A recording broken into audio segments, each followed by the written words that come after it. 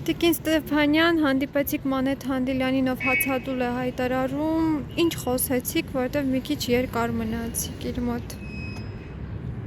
Մանեթ Հանդիլյանին արդեն որերորդ անգամն է, որ գալիս եմ հանդիպելու,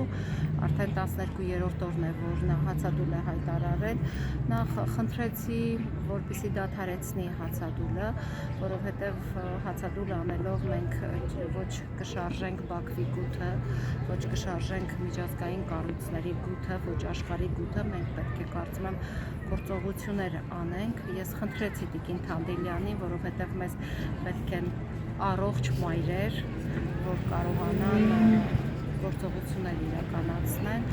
Տեսեք, Բաքվի բանտում այսօր նույն Բաքուն Ադրբեջանի ղեկավարը 300 ադրբեջանցու է պահում,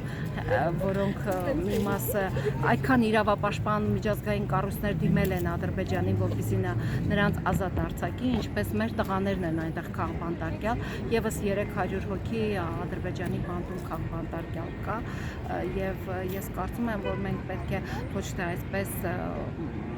այս միջոցներով փորձենք գործողություններ իրականացնել, թեպետ սա միջոցներից եւս հումանիտար միջոցներից մեկն է։ Ես կարծում եմ, որ մենք կոնկրետ գործողություններ պետք է իրականացնենք։ Այսօր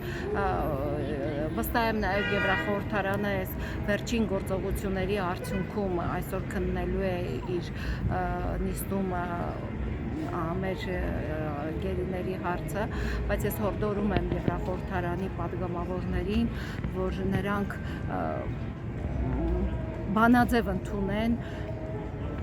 կոշտ պատժամիջոցներ կիրառեն Բաքվի բոլոր այն պաշտոնյաների նկատմամբ, ովքեր մեր անհետ կորածների, գերիների հարցում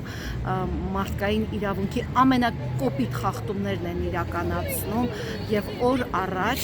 պահանջեմ պատժամիջոցների, չգիտեմ, ամենակոշտ մեթոդներով պահանջեն մեր տղաների վերադարձը Հայաստան։ Շնորհակալ ենք տիկին։ Ես հիմա նաև ուզում եմ այցելել, մենք եւս մեկ հացադուլավոր ունենք, Լևիկը, ով ամենաառաջին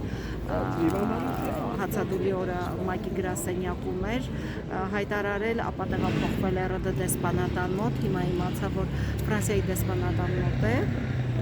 Ուզում եմ այցելել նաև Լևիկին, խնդրելու, հորդորելու դադարեցնեն հացադուլը եւ